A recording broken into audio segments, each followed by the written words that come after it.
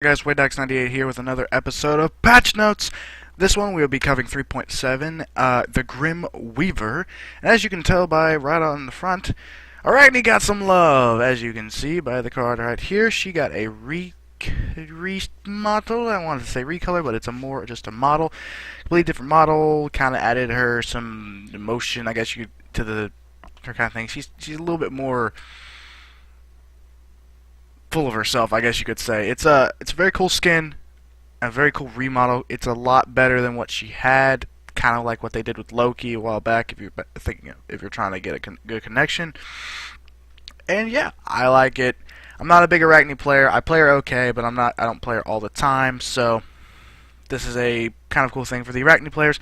I do think she deserved a little bit of a change, either in her kit or to her in general, I guess you could say. Maybe some boosts, because she is lacking right now in the meta, but right now I guess they can start out with a redo, I guess. Also, along with her new her new style and stuff, she got her masteries, which we will see here. So since she got this new style, it kind of split her off from there actually being armor and her body, I guess you could say, because now she kind of has the look that she's actually has like a body, and it doesn't just all meld into her body down here. You can actually tell that it's more, there's the body piece, there's your armor, and then there's actually a body between. There's actually like clothing and armor on her instead of the old way. So pretty nice, pretty nice. Of course, we have the Escape the Underworld event still going on. So we will be having three skins coming out in this, and that will be an Arachne skin. Getting all the love, Arachne skin. This is actually a really cool looking skin. Very cool effects on the thorax, I think it's called. And very cool, just all around look to it. She has all of her weaves, all of her webs and weaves have kind of a reddish electrical look to it, most like all of them. So next we have Ho Yi. Very cowboyish. He sounds very southern, but it's a very cool skin. Kind of the Confederate look to his clothing, although he's got a giant freaking metal arm sticking out of it. And he's half Terminator, really. So I guess that's cool. Not a huge fan that they went with the Western theme. It's cool and all, but I don't know. I think they could have done something differently. But the effects and everything are real cool, and it's a real nice effect altogether. Now, final reward of the Escape from the Underworld is the Nox skin, which we will see right here. It's called Dark Cyber, Grim Shadow. I don't know why all these are called Dark Cyber, but Grim Shadow Nox. As you can actually, what was the name of this one? Yeah, we have Grim Weaver, Grim Eclipse, and Grim Shadow.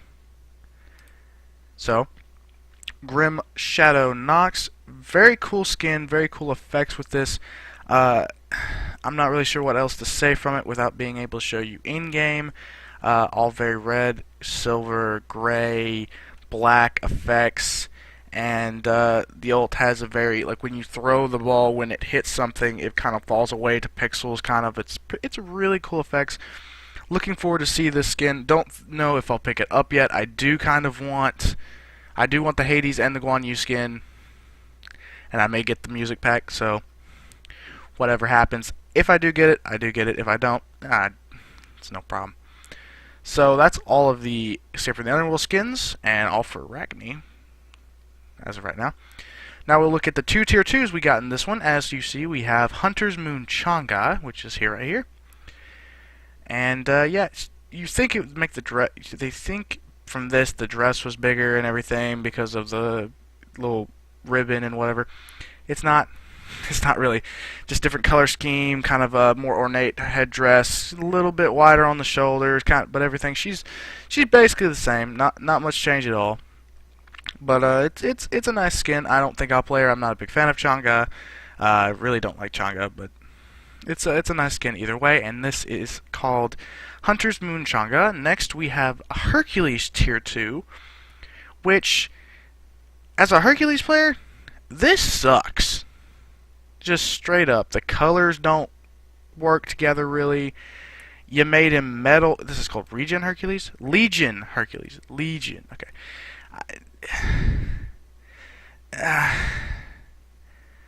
You put this, like, it looks absolutely horrible color-wise in-game. The metal look doesn't look right in-game. The card art looks cool. I saw this, I was like, oh, that's pretty cool looking. That's pretty nice. But I saw it in game and it looks horrible, in my opinion. Now, some of you guys might absolutely love it, but the in-game model sucks. It just plain sucks.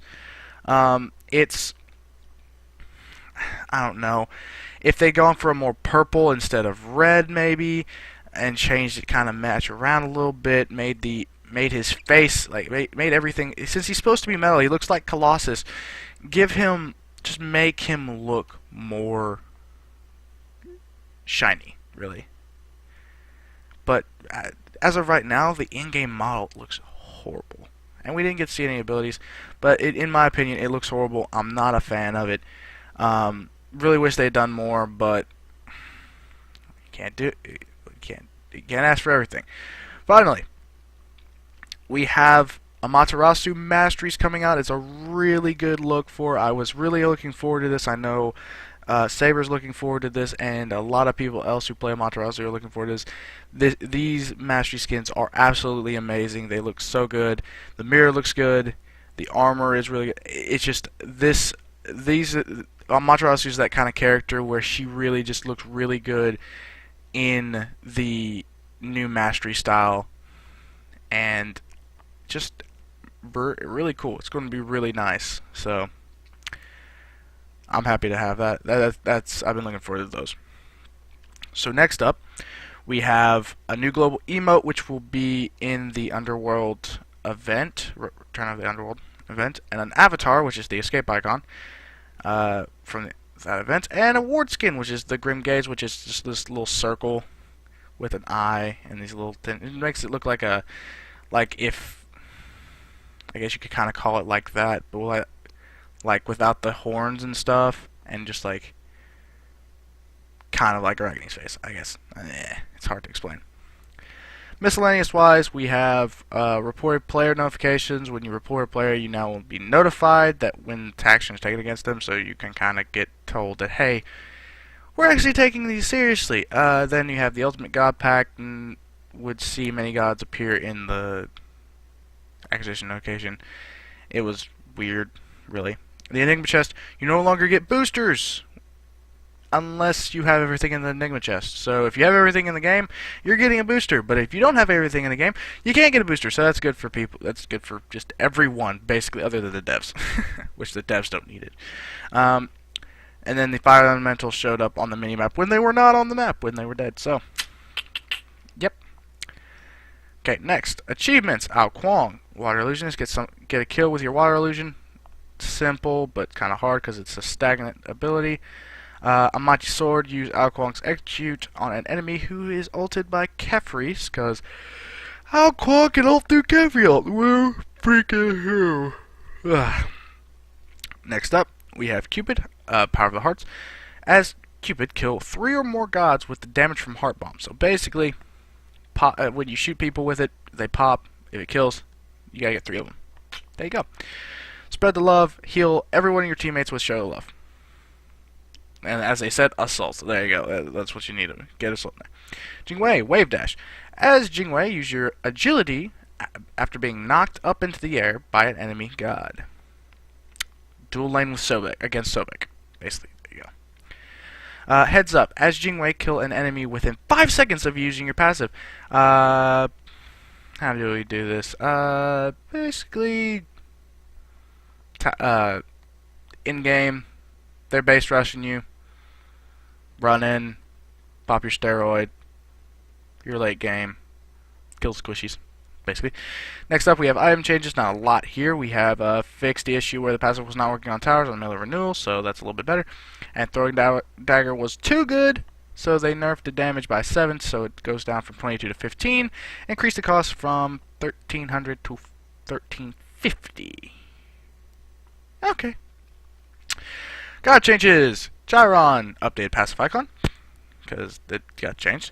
Jingwei got adjustments, basically. Increased power per level. Fixed the issue where the passive was not activating when leaving the fountain in assault. There you go. Persistent Guts increased the attack speed buff from 25 flat to 20, increasing to 40 per ring, making her a little bit more late game. Increasing the duration of the attack speed from 5 to 7 seconds. A little 2 seconds later, that's gonna be helpful. Still late game. Explosive will fix an issue. The ability was not providing ammo without going on cooldown. With his ability providing ammo without going. Oh, okay. Agility. Using agility has. Yeah. Using agility on the ground now removes basic attack movement penalties for 3 seconds.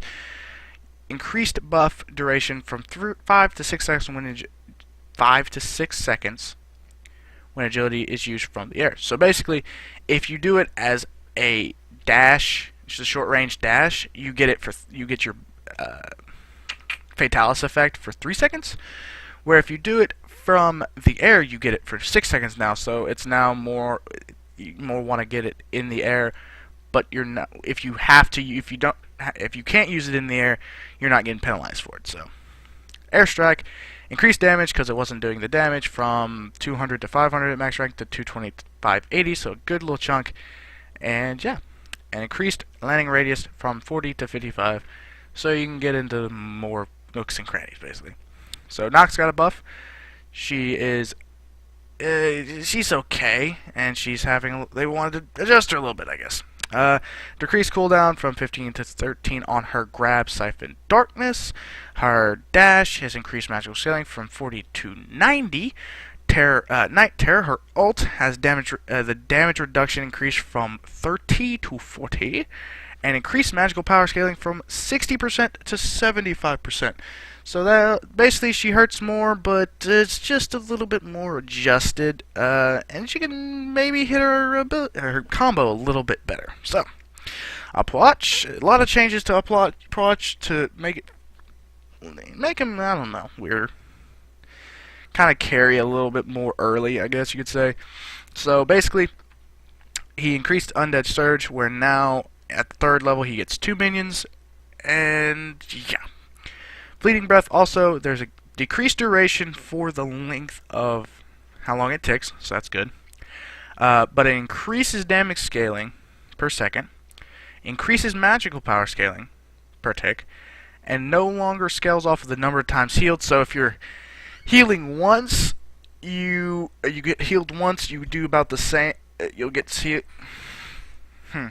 If you're healing by ticks, it's the same amount of damage. If you're healing by, let's say, Hell Heal compared to an Afro Heal. So it's no longer Afro gets picked up and Upwatch gets picked up, and Afro is absolutely useless against a good Upwatch. A little bit better. Increased additional damage, though, from 20 to 60 with 10% stack per stack, okay, to 52 to 50 plus 50% flat. So you're doing a lot more damage if you get that heal off. So, but it's not stacking now. Increase the stun target from 1 second per 5 seconds per stack to 5.5 seconds flat. There you go. And Hebo, basically you have the scroll, and you used to go from 20 to 40, and now you go to 30 to 50, and also the same with the speed buff. The slow and the speed are the same. So not much changes, mostly just skins and the Arachne change in this patch. So hope you guys enjoyed. If you did, make sure to follow for the next patch notes, which will be 3.8 in a couple of weeks. And yeah, just hope to see Ratatasker in that one too. And the new god. Please be Susano. Please, please, please, please. Goodbye.